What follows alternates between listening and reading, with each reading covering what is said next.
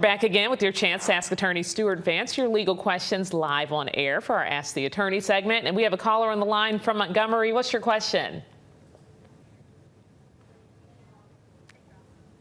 Oh, well, I thought we had a caller on the line. I thought so too. I guess we lost our caller. Well, in Yep. the first half, we were talking with Thomas about class action lawsuits. And I love that he called in about that because you see these commercials all the time.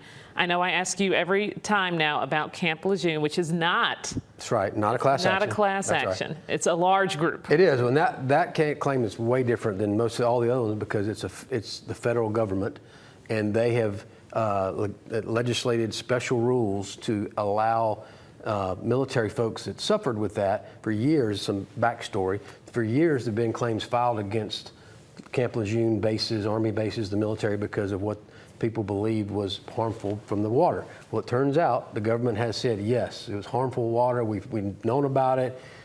We owe you some compensation, veterans that have been affected and people that live there.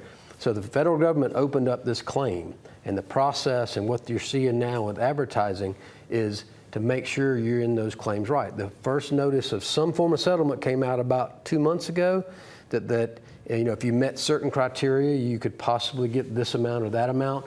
What we've done, we opted our clients, we're not taking part of that. We're looking to file that, handle each of them individually against, that claim. It's not really, you have to show proof that this happened, and then you would qualify in a larger pot of the money.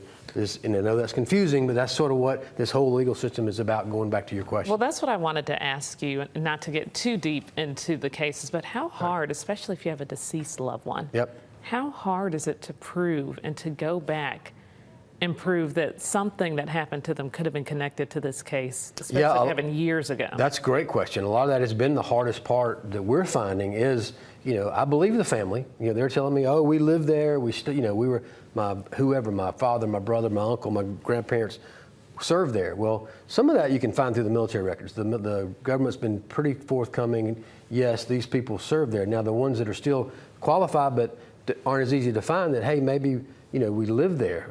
My grandparents were living there, working on the base or working in the city and working at the utility department. Employment records, medical records, birth certificates, if, hey, you were born there. Any kind of records is better than nothing. So what we're finding is that's the hardest, making that link. The death certificate tells a lot, what was the cause of death, or a diagnosis of a certain type of lung cancer or blood cancer or whatever it might be. Then you have to connect the dots by show you that you live there. How do we know you're exposed there? How do you connect it to that? Yeah, and so that's been tough. It's like putting a puzzle together. We've got a whole staff of people looking for document searches, the internet. The missing links. That's it. That's it. It's like researchers. Hey, how could I find this? Anybody that ever lived here? And so we have to rely on the family, relatives of our clients that help us, because a lot of times, because of the nature, the clients have been deceased or they're very ill. They're older because of the time frame this happened. People that had been there now are pretty old. So their family has been very important and very helpful for us to help put that puzzle together. We have a caller on the line now from Alex City. What's your question?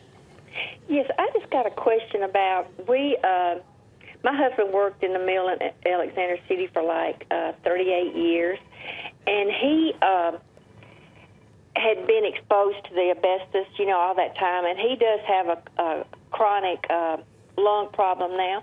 But the problem is, we was put on a list at the time to have the testing done, and then all of a sudden it was a fluctuation of people that got in, and he never was called to do the actual testing that you had to have before you could ever apply. And, that's been probably 5 years or more since the mills up here now have changed, which he's had problems from it, but there's no, he's never actually had that test. And I didn't know if you had a way or contact, how would you just be tested for that to see if it...